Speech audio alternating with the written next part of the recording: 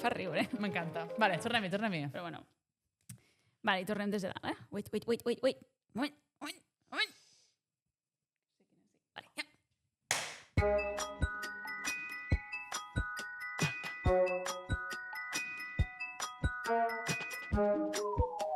Al segle XIX, Maxwell va unificar l'electricitat i el magnetisme.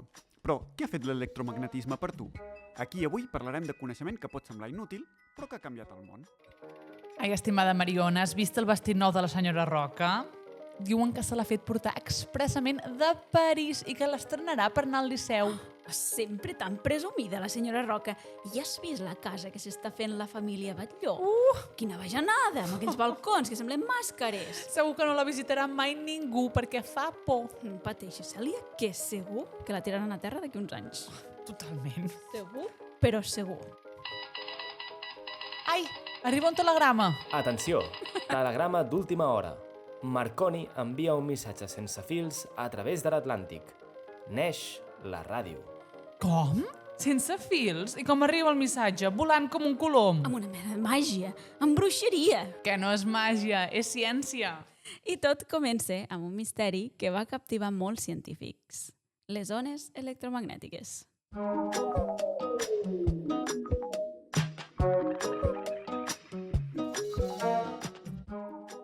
Benvinguts a la utilitat del coneixement inútil. Gràcies per escoltar aquest teatret que acabem de fer del 1900. Ho hem fet molt bé. Sempre havíem tingut ganes de ser part de la burgesia del 1900 i Sí, ho hem pogut aconseguir. I clar, ho he fet realitat el meu somni. El coneixement inútil d'avui són les ones electromagnètiques i la utilitat d'avui és la ràdio. Això jo crec que havia quedat clar, però per no deixar ningú enrere ho deixem clar. Ben fet, perquè ara estem acostumats a tota aquesta comunicació sense fils, ja no només la ràdio, molt més enllà també, però imagina com va arribar a canviar el món la ràdio. És que fem aquest exercici de Vinga. posar-nos en aquella època on no hi havia, diguéssim, aquesta comunicació instantània imagina't no tenir la immediatesa de les notícies que tenim ara. Em pregunto si les coses anaven més tranquil·les i no tenies aquest ritme tan desfrenat, però també Suposo que sí. jo em pregunto si hi havia més fake news encara, perquè si no hi ha Clar. una comunicació tan fàcil amb el món exterior, diguéssim, és allò de la tieta de la cosina, del barber m'ha dit Exacte. que ha començat una guerra no sé on, i clar, havies d'esperar-te el dia després per saber la notícia. Exacte, o sigui, sembla que sí, amb l'aparició de la ràdio les notícies verídiques siguin més fàcils d'arribar i com més comunicació i més bona comunicació, les notícies siguin més fàcils de verificar, però com estem comprovant avui en dia... Potser no, exacte. Potser no. Potser hem anat a l'altre cantó, Potser no? hi ha tantes notícies que és veritat. Potser hi ha una conclusió de que les fake news sobreviuen en qualsevol ambient. Totalment. Però, Abans... Clar. Però tu imagina't el canvi...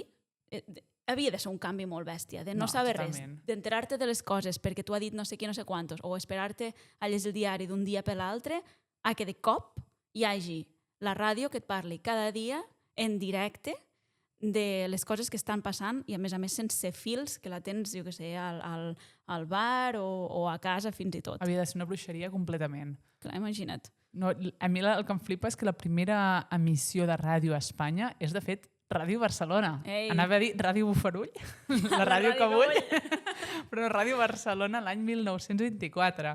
M'agradaria, de fet, no sé, suposo que no es va quedar gravat, però m'agradaria molt sentir què es devia emetre. Ja. És una bona pregunta. Quin és el primer missatge que envies Podríem- a la ràdio? Sí. I qui el pot sentir? Perquè la gent no té ràdios a casa. Clar. Llavors, clar, l'estàs enviant, entenc... No sé. Buah, hauríem de buscar a veure si trobem el fragment. A veure si trobem el fragment, el primer fragment que es va... Sí, a veure què és el que es va transmetre la primera vegada a Ràdio Barcelona, Sí. perquè la ràdio existia, però a nivell més comercial, no?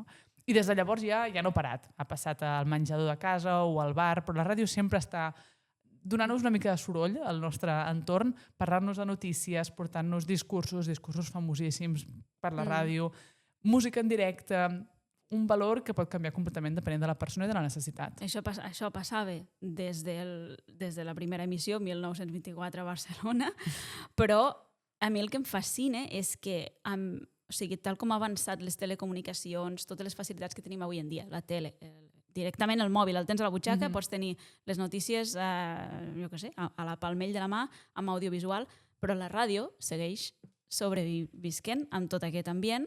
la gent li agrada, la gent l'escolta, si no, no estaríem fent aquest podcast. Estan neixent podcasts sota les pedres, no Totalment. necessitàvem fer aquest podcast, No, perquè però ja teníem ganes.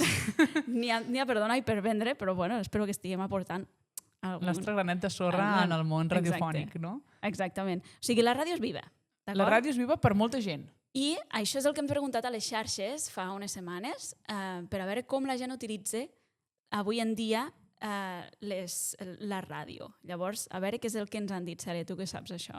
Això de les xarxes? Això de les xarxes que tens tot controlat, explica'm això. A veure, així és, els vam preguntar a la gent quin era el seu ús de la ràdio, si era un ús diari, si és quelcom que no utilitzen o com és. Els vam donar 4 opcions i t'explico una miqueta els resultats. Vale? Va. Una de les opcions més escollides, un 28% dels oients, més o menys, bueno, dels oients no, dels subscriptors, perquè Dels nostres seguidors, familiars, familiars, amics i coneguts pel carrer, ens van dir que necessitaven la ràdio pel matí. I aquí ens van especificar que podia ser en mètode de despertador. Els meus pares sempre tenen el despertador en mode ràdio. O també per fer-los companyia, per exemple, quan van a la feina o mentre esmorzen. És un mètode, jo crec, interessant per començar el dia. Sí, jo em conto dintre d'aquest grup, em penso. Sí. O sigui, no ho faig servir diàriament, però perquè normalment estic esmorzant amb la parella, estem xerrant i no sé què, però si pel que sigui estic sola a casa i he d'esmorzar sola, me poso sempre la ràdio. Perquè l'escoltes o perquè et fa ser companyia? No, l'escolto activament. Molt bé. I m'ajuda a despertar-me, perquè estàs sobadíssim i pots tenir o una conversa amb alguna persona, però si estàs sol, la ràdio t'activa el cervell i així t'enteres de les notícies del dia. Ara que estem vivint juntes tu i jo no necessites la ràdio perquè ja em tens no, a mi. perquè no calles. Exacte, ja et faig jo de ràdio, el meu monòleg i ja està. Què més ha contestat la gent? Vale. Tenim una altra opció que ha estat votada una miqueta, un 8% de la gent ha dit que realment el dia de l'apagada va ser el dia que van descobrir com funcionava la ràdio. Gran dia. I de fet hi ha hagut gent que ens ha dit que la tenen reservada per temes d'emergència. Segurament molta gent ha comprat ràdios després de l'apagada. Clar, Esperem que siguin ràdios de pila. perquè si s'han d'enxufar i no hi ha... No anirien gaire bé, exacte. Després tenim un 26% que estan molt confosos i que ho confonen amb els podcasts. Vale. Bueno, que de fet és això que estem fent.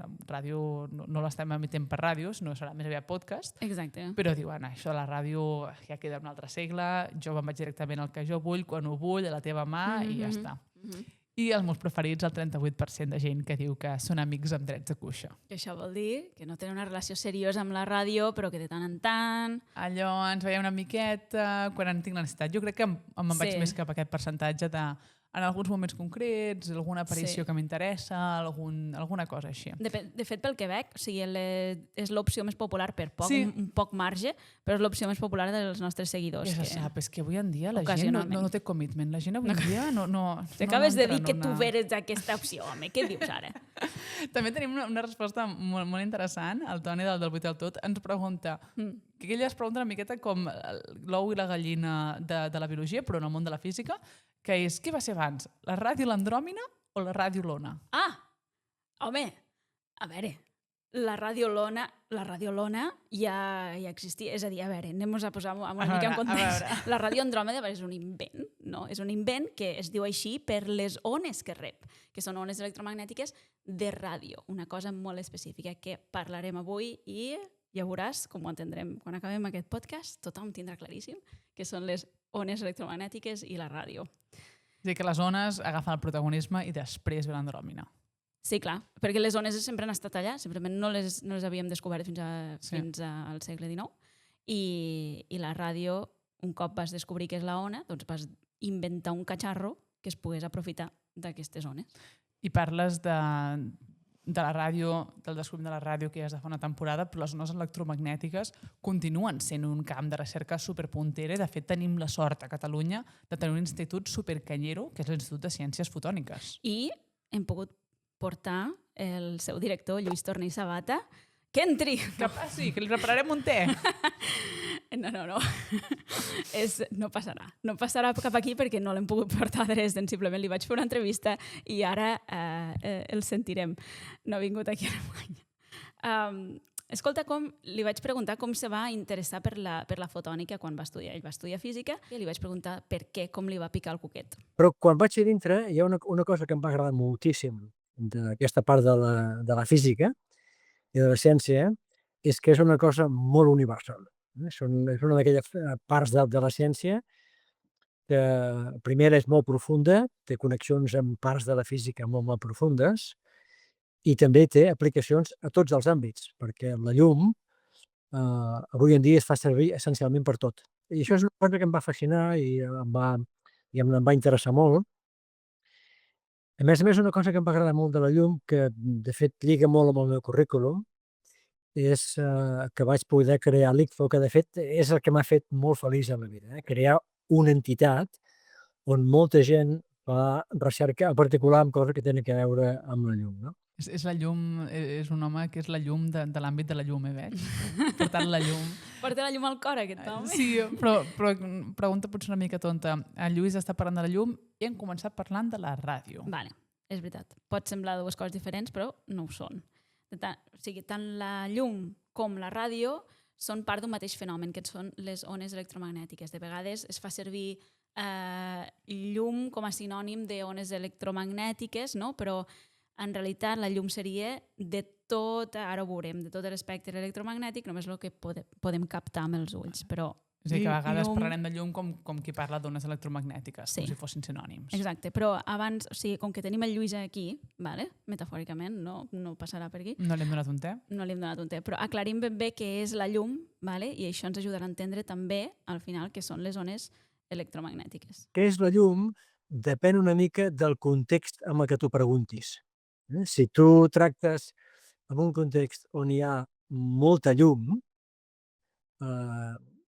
la llum es comporta com una ona electromagnètica. Algunes d'aquestes ones són visibles als humans, altres no, però això és un camp elèctric i un camp magnètic que es propaga per tot arreu, també per l'espai buit. Quan tens poca llum, si en tens molt, molt poca, es comença a manifestar coses que té la llum, que són coses quàntiques, són coses que la fan presentar com una partícula, però que quan n'hi ha moltes d'aquestes partícules no es nota, perquè quan n'hi ha moltes es comporten com si fos una ona, com una ona del mar, diguem, només que no és una ona d'aigua, és una ona electromagnètica, però quan n'hi ha molt poca d'aquesta llum, no és un flux continu, sinó que apareixen particuletes, diguem-ne, individuals. No? En fi, la llum és les dues coses i es manifesta d'una forma o d'una altra en funció del context amb el que tu l'estudies.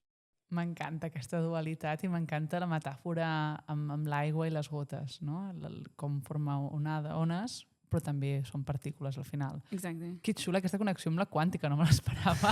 Teòricament aquest no és el capítol de la quàntica, se'ns ha colat. Això vindrà més endavant, però mola molt. De fet, aprofitem-ho i pregunto com ho fem per veure aquest comportament quàntic de la llum? Per veure el comportament quàntic has de posar en condicions especials.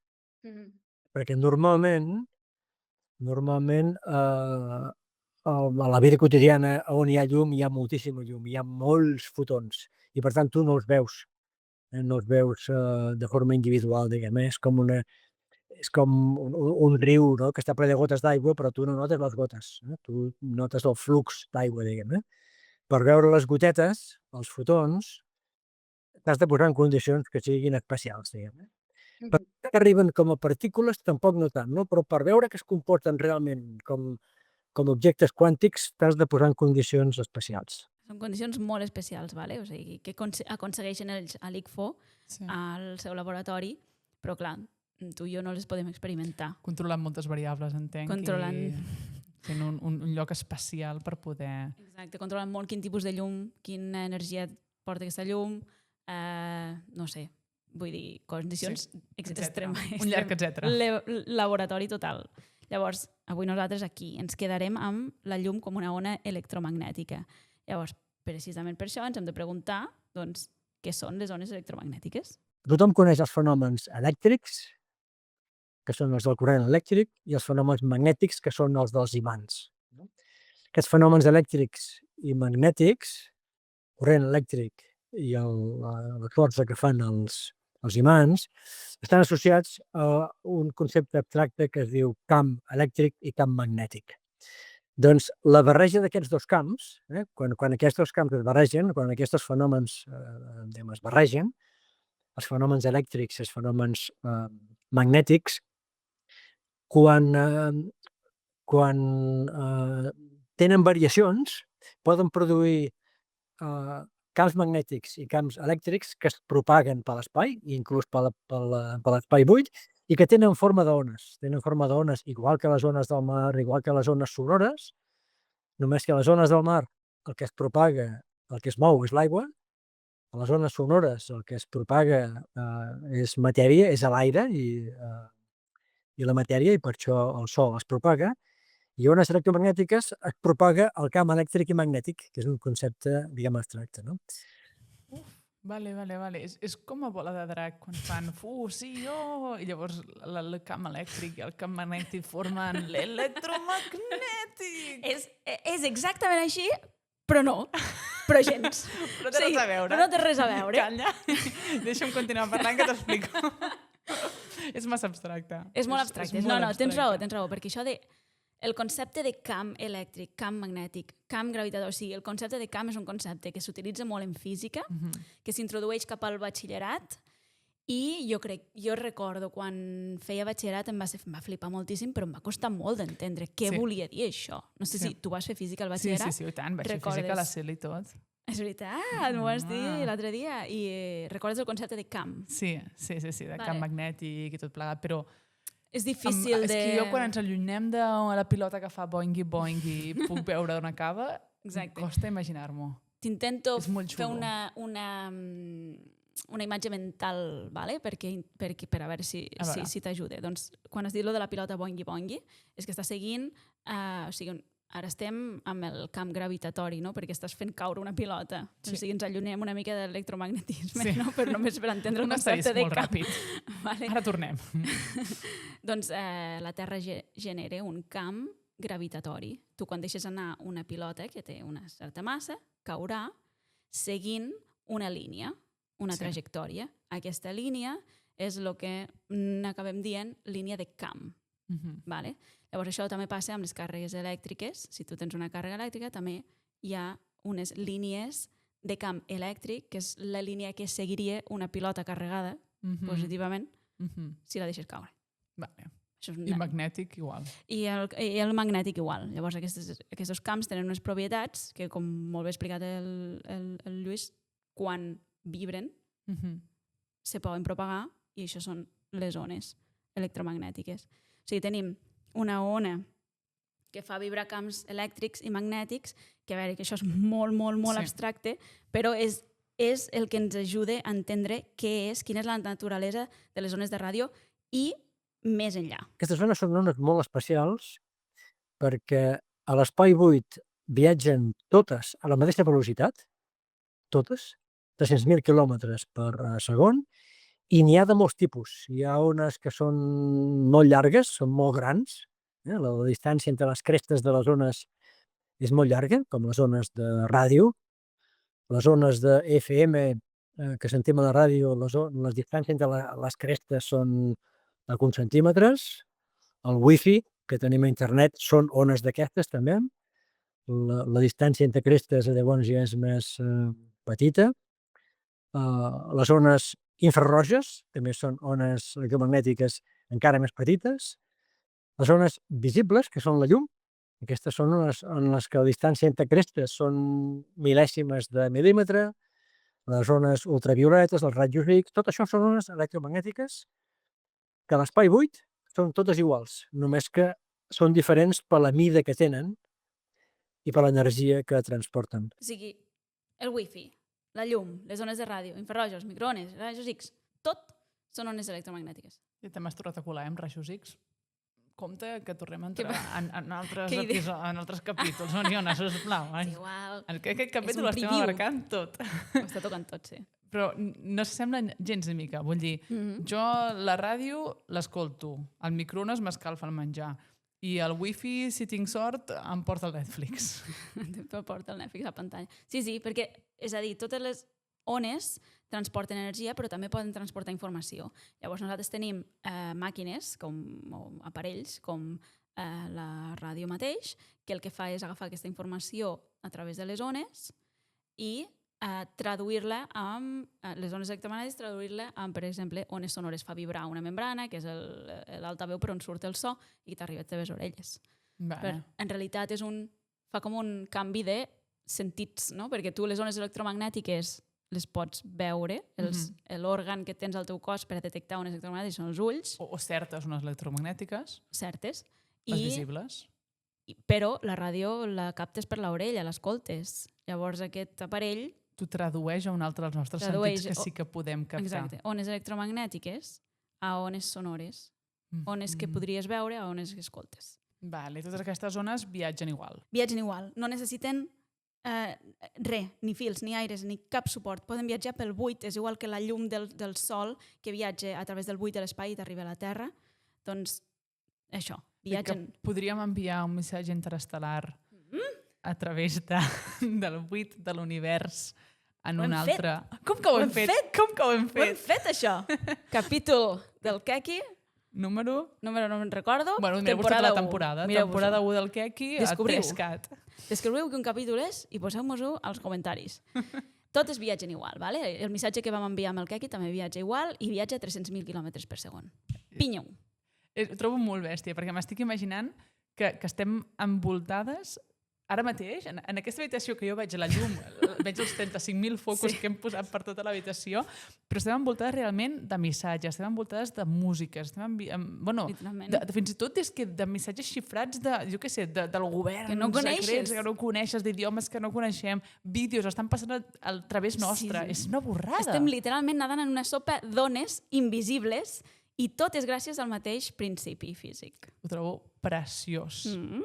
I avui en dia, a part de la ràdio i a part del wifi, què més podem fer amb el llum? Hem parlat de rajos X, hem parlat de ràdio, de wifi, Tot això. del visible. Podem utilitzar-ho? Ui, fliparàs. La llum, com a instrument, es fa servir per tot tipus de coses. Per escalfar, per refredar, per empènyer, per tallar, per esborrar, per comunicar, per codificar, per curar, per diagnosticar, per escriure, etc etc. La llum es fa servir per tot, sovint per coses que en diem macroscòpiques, per objectes grans, però una de les coses que és més fascinant és que la llum, com que és una cosa tan delicada, tu pots fer servir tan poca llum, amb tanta precisió i amb tanta suavitat, que la pots fer servir per tractar amb coses que siguin molt delicades. No? Per exemple, quan diem tallar amb llum, doncs tallar amb llum ho fan a les empreses industrials perquè tallen metalls amb làser, diguem. Però tallar amb llum també es fa servir per fer cirurgia de precisió o per manipular cèl·lules vives individuals, per fer així un petit foradet, per estudiar què passa amb una única cèl·lula viva, però com que la pots manipular i tenir-la amb molta precisió, pots fer que la llum interaccioni amb cèl·lules vives sense fer-los mal, amb molècules sense destruir-les, amb àtoms també interrogant què és el que fan, amb àtoms individuals. Això té una connexió molt important amb la quàntica. Doncs això pots anar des de fer servir un làser per soldar un cotxe a la SEAT fins a fer servir un làser molt diferent per manipular una cèl·lula d'un cervell d'un ratolí viu. Quina animalada, m'encanta. Ho trobo brutal com porta la biologia, però en qualsevol àmbit. I aquí et faré una pregunta que no està en el guió, no em miris cap avall. Ah, digue'm. No, estava pensant... No estic tremolant ni res, No, i ara, això què? Digue'm. No, és una pregunta molt fàcil. Però estàvem parlant de làsers que poden tallar i coses així. Estem parlant de arribar a nivell cel·lular i bueno... Molecular, Sí, és que em atòmic. peta la neurona només d'imaginar-m'ho. Star Wars és possible. Vols dir-ho dels làsers? Clar. Una espasa làser no continuaria per sempre més? N'hi ha, clar, crec que hi ha molts problemes amb crear una espasa làser, perquè jo crec que el principal problema no és a on acaba, que tu pots fer un parapet o un mirall i fer que la llum reboti i torni, sinó que sigui realment una espasa i que pugui, diguéssim... Saps això? Quan lluiten i que les dues espases, els dos feixos de llum separen l'una en l'altre, no sé si això és possible. Amb un feix de làser, un feix de llum, pots tallar, pots interactuar amb la matèria i pots tallar. És el que fan, el que acaba d'explicar el Però Lluís. llum contra llum, què passa? Però llum contra llum, jo crec que Passarien de tot, com fantasmes. No crec que sigui el millor per fer una espasa. No sé, potser hi ha algú que ens està escoltant i que sap si això hi ha Digueu-nos-ho. alguna manera de fer que les dues espases làser siguin com les de Star Wars, que m'ho digui, perquè jo no ho sé. I ens ho fem aquí al garatge. Aquí garatge, estem al menjador de casa. Anem al garatge a casa i ens fem un parell. No, però és brutal el nivell en el que podem arribar. Que puguem fer-ho, el que deia, no? A nivell de construir un cotxe o a nivell de tallar a macro, fins a nivell tan micro, celular, però no només celular. No, és que a mi el que m'ha flipat és lo de l'àtom. És que... Lo de l'àtom m'ha petat el cap. I mira què poden fer amb l'àtom.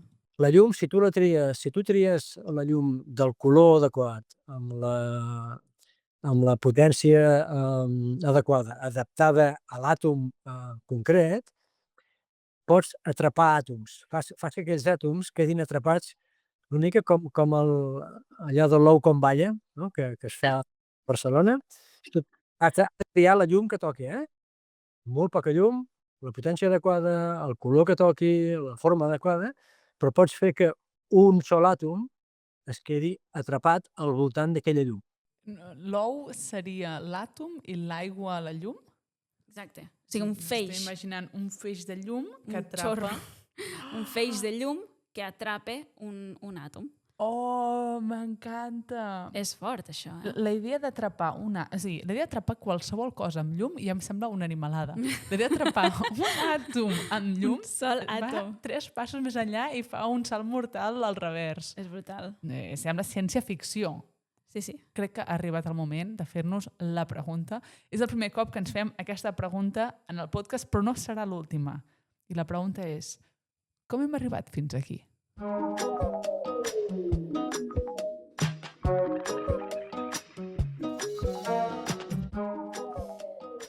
Durant segles, l'electricitat i el magnetisme semblaven fenòmens sense relació aparent. Però al segle XIX, diversos científics van començar a veure-hi algunes connexions.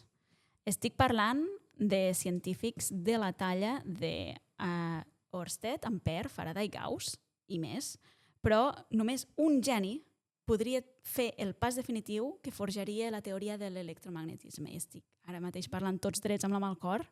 James Clerk Maxwell. Per favor. Home, per aquells que no ho sapigueu, la Mariona a xarxa s'anomena la dimoni de Maxwell i la seva habitació està coberta de pòsters de Maxwell.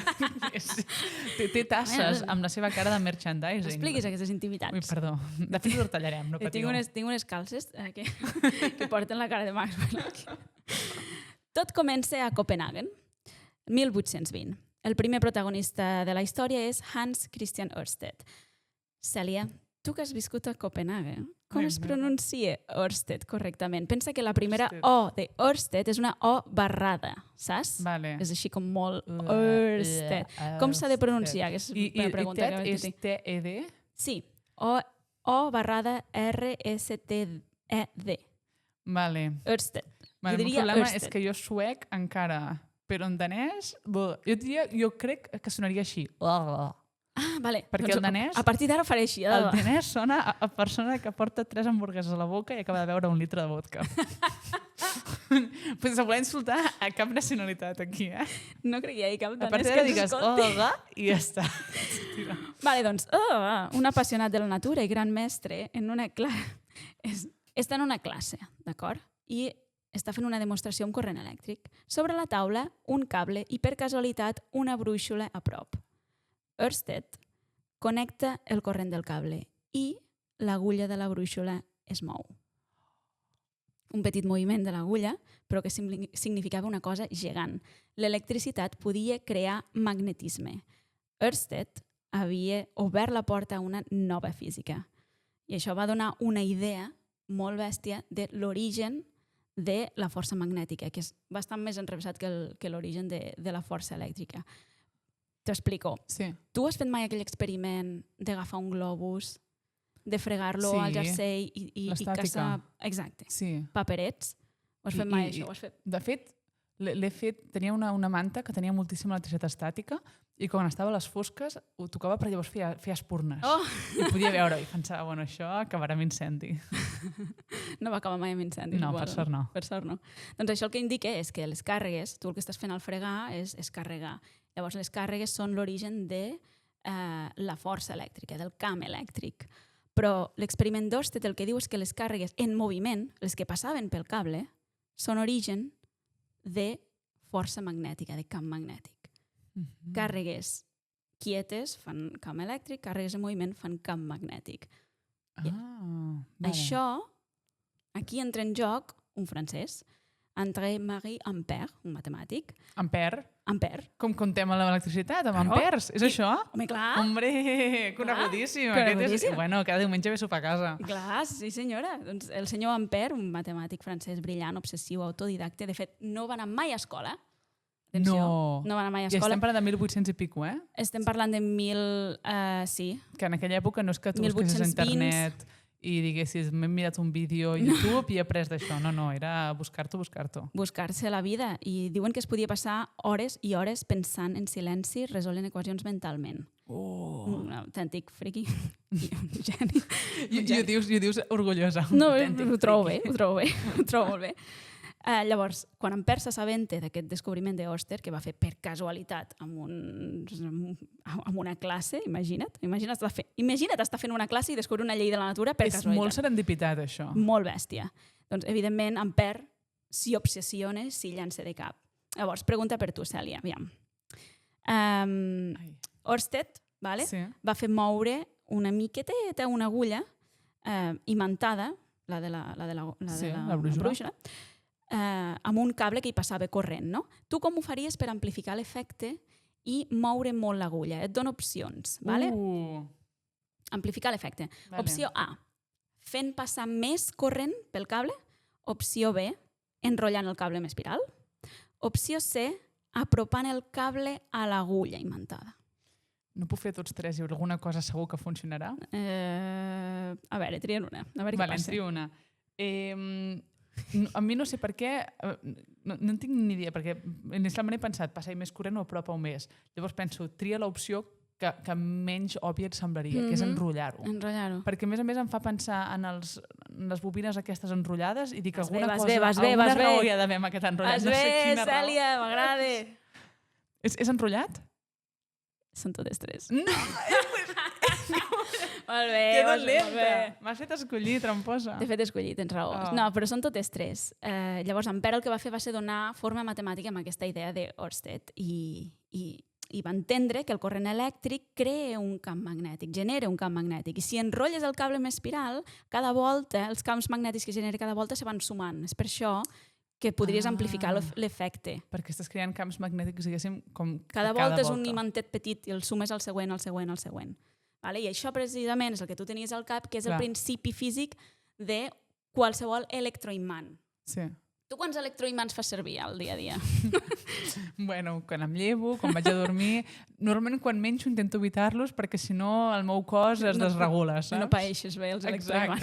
Exacte. Jo m'imagino que és d'aquelles coses que estan per tot arreu i que no ho sabem. Sí senyora. Doncs els altaveus, els micros que ens estan amplificant la nostra veu, panys aquells de seguretat elèctrics, rentadores, els aparells de ressonància magnètica i el que em fot més gràcia a mi, saps aquells imants que les deixalleries aixequen cotxes? Sí. Són electroimants.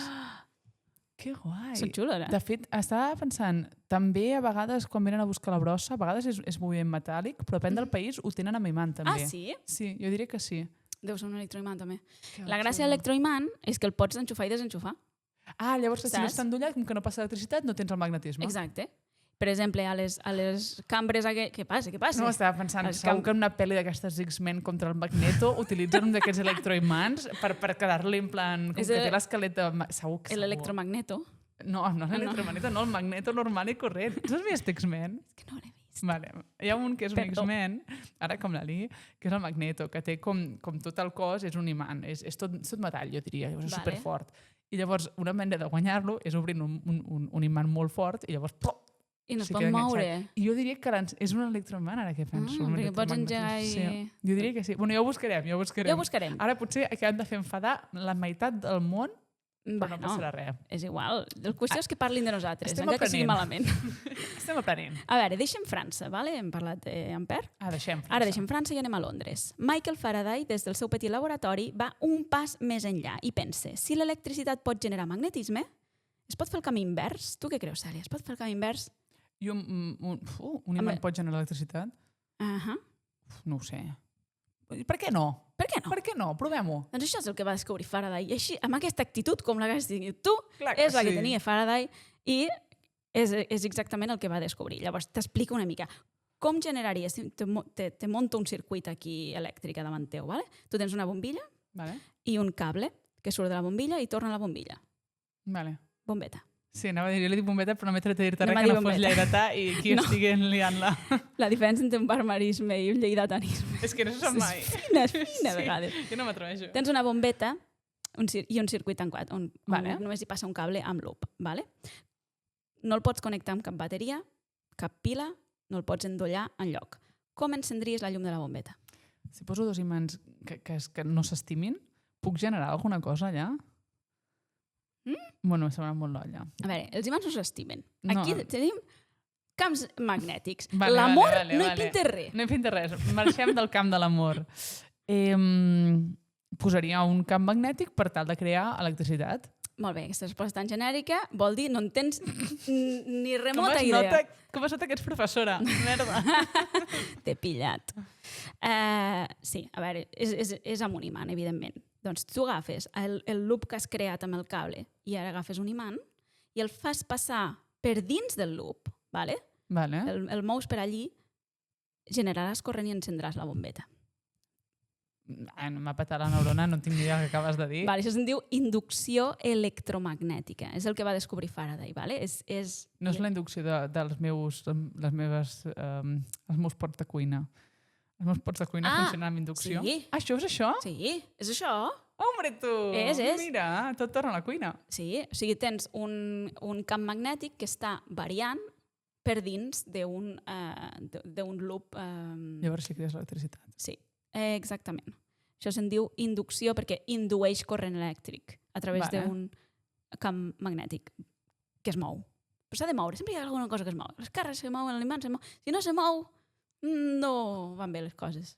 Per induir electromagnetisme. Llavors, Maxwell, el meu amor, vale? Viu tots aquests esdeveniments científics amb una molt gran curiositat i no pot deixar de pensar-hi, no dorm.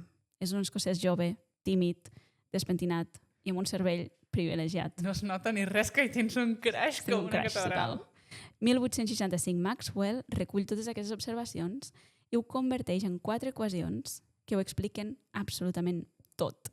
Neix l'electromagnetisme amb 4 equacions. Tu has vist la pel·li La teoria del todo? No, sí, És igual. sí, És potser. com, tu saps la idea que tenim els físics de voler fer una equació que acabi recollint tots els fenòmens Esteu obsessionats amb que naturals? una cosa ho descriurà tot. Exacte. Doncs a l'època, vale, 1865, això és la teoria de tot. I Maxwell ho aconsegueix amb un article. I això és una absolutament revolució del pensament que dona sentit a totes les descobertes que hem anat explicant i més que n'hi ha, vale, que m'he deixat pel d'allò. I Einstein, uns anys més tard, el 1900, a principis de 1900, l'inspiraria per fer la revolució de la relativitat. Però bueno, no ens adelantarem a un altre capítol. Ja és Sant Tornem, Vale. Mariana. Però el cas és que mentre Maxwell treballa amb aquestes equacions se n'adona d'una cosa molt, molt, molt inesperada i molt xula. Només treballant amb paper i llapis equacions, insisteixo, només teoria pura. Equacions, paper, llapis i el cervell de Maxwell. Al revés de qualsevol biòleg. Exacte. Se n'adona que aquestes equacions tenen una solució i que la solució té forma d'ona, és una ona. Una ona de què? De camps elèctrics i magnètics Quina anada d'olla. que es propaguen. És a dir que a Llavors, través de números wait, i fórmules va arribar a la conclusió que eren ones. Que les solucions de les seves equacions dels fenòmens elèctrics i magnètics és una ona i el tio no es queda aquí i diu a veure en quina velocitat es propaga aquesta ona, anem a veure. La calcula i li surten 300.000 km per segon. Sona a la llum. Sona la llum. És la llum. Maxwell respon la pregunta que s'estava fent tothom. què és la llum. I diu, la llum és una ona electromagnètica. Pum! Brutal! Quin és el problema d'això? Que ningú les havia vist, aquestes ones. Ningú se podia imaginar... O sigui, Maxwell estava dient que només amb paper i llapis havia descobert que la llum eren ones electromagnètiques, però a veure, creu tu, saps? Clar, Qui s'ho clar, creu, clar. això? No, jo ho foto o no passa. Clar, o ho veus Sí. o no t'ho creus, que és el que ens passa. I està bé que ens passi. Se van haver d'esperar uns quants anys, fins al 1887, quan Henry Hertz va aconseguir generar i detectar ones electromagnètiques. Espera que el Lluís Torner em va explicar com va Hertz trobar aquestes ones. En Hertz, per demostrar que generaven aquestes ones, havia de provocar, bàsicament, canvis molt bruscs de camp elèctric i camp magnètic. I el que feia era provocar petits llamps. Perquè si no, les ones que es produïen no eren prou intenses com per poder-les detectar, diguem. Llavors ell tenia un laboratori que avui estaria prohibit per totes les lleis del món, diguem, perquè estava ple de coses que feien guspires i llamps i companyia, això per poder demostrar que quan hi havia una variació molt intensa de camp elèctric i camp magnètic, es generava una ona que es propagava, que viatjava. Exacte, o sigui, li hauríem prohibit. Ell estava fent el que jo faig amb la meva manta estàtica, però a nivell heavy. Exacte. Però la gràcia és que quan li van preguntar a Henry Hertz per què servia això de les ones que acabava de descobrir, que era una cosa... He descobert que existeixen unes ones invisibles. Ell va respondre així, una mica en to irònic, només serveix per demostrar que el mestre Maxwell tenia raó. Jo suposo que això no serveix per res. Poc s'esperaria. Punt. Això és el que va dir. Ell, en pare, era el meu col·legui, volia demostrar que tenia raó, i jo li he posat un parell de llamps, i així em desplacia. I exacte, i això és el Lluís Perret. Aquesta és la història. Pues hi ha una bona lliçó, en aquesta història. Jo no m'ho lliçó. És que ara sí que servia per alguna cosa. Clar, de vegades s'investigues per simple curiositat i sense voler-ho acabes trobant invents que, per exemple, la ràdio. Faraday i que aquesta gent descobria aquestes coses, ho descobria amb una motivació d'entendre com funcionava el món, essencialment. Exactament com estava fet. I aquesta és una lliçó que tothom ja té, però que convé recordar a vegades, perquè descobrir coses noves no sempre, però a vegades et porta sorpreses. Tu descobreixes una cosa senzillament només per entendre com era, i 10 anys més tard, o 15 anys més tard, o X anys més tard, apareix una noia i diu, doncs amb això podríem fer tal cosa. I tu no sabies acudit, ni tu ni ningú, no? Descobrir coses noves és sempre interessant. Però jo no semblarà que li hem pagat o que no tenim un guió en el Lluís, però no. dient exactament el que volem. Prometo que no li vaig passar cap guió, que això ho va dir d'ell, del seu convenciment. Suposo que si estàs escoltant aquest podcast, si us plau, fiu corrupoi. Aquest podcast precisament és que és el que volem. Volem donar exemples d'aplicacions inesperades de descobriments científics que primer em va haver inútils, no? I també el que volem fer és posar aquest debat a la societat de exactament quins recursos dediquem a recerca que sembla inútil. Les societats sí que han de reflexionar sobre quina part dels seus recursos, que sempre són escassos, dediquen a coses que són, diguem-ne, el que abans es deia recerca bàsica i a recerca aplicada. No? Jo crec que s'ha de destinar recursos a recerca bàsica, a recerca, la que tu dius que potser aparentment és inútil, tu ja has dit que no ho és, perquè sempre acaba trobant alguna aplicació, però aquesta decisió de quin percentatge es dedica a una cosa i a l'altra, jo crec que sí que és una cosa que està molt bé que les societats debatin, perquè és una pregunta per la societat, no pels científics. Quants diners dels que tenim que hem de dedicar a escoles, hospitals, carreteres, jubilats, malalts, no sé què, quants d'aquests diners dediquem a la recerca, quants d'aquests els dediquem a problemes que ja coneixem, curar malalties, trobar energia solar més bona, coses d'aquestes, i quin percentatge reservem, i aleshores el reservarem, per coses que no sabem exactament per què serviran. I a bonet que acabarà sent. M'agrada aquest debat. És molt interessant. No sempre tenim l'opció d'imprimir més bitllets. Així és com soluciona tota l'economia, no? Perquè no fem més diners. Però fins i tot quan no hi ha cap utilitat, només el saber, ja és bonic, Sí. ja emociona. A tu t'ha emocionat mai algun descobriment científic, Dali? Moltíssims. La vacunació, la primera vacuna, el primer antibiòtic. Hòstia, no es nota que soc de salut pública. No, però, ostres, és important. La història, que algun dia et parlaré de la història del Jon Snow.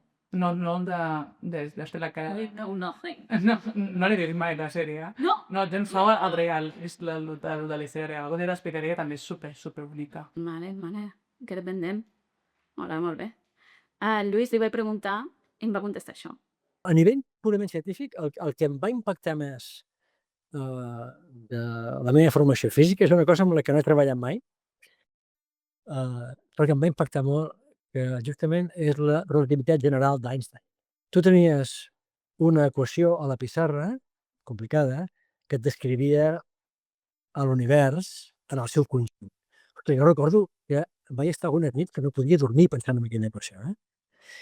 A les equacions de Maxwell també els hi passa el mateix. També són 4 equacions que es posen a la pissarra i que descriuen un conjunt de fenòmens espectacular. No? L'equació de Schrödinger, també, de la física quàntica. Una sola equació, que per tant conté a dintre moltes coses, diguem, complicades, però són unes matemàtiques tan precioses que amb una equació descrius qualsevol fenomen quàntic conegut pels humans a 2025. Ostres! Són aquelles coses que, quan te les pares a pensar, quedes molt fascinat, perquè com és que els humans hem aconseguit descobrir unes matemàtiques que ens permeten fer això, que ens permeten posar en una pissarra una equació, 4 en el cas de Maxwell, una Schrödinger, una Einstein i companyia, que descriuen tantes coses. És fascinant. És que... M'encanta, com es respira aquesta fascinació. M'encanta. És això que diem sempre de lligar la ciència amb l'emoció de conèixer. I potser per entendre el món, entendre el món ja genera prou de Bellesa de per ser, no? I potser és aquesta la gran utilitat del coneixement inútil.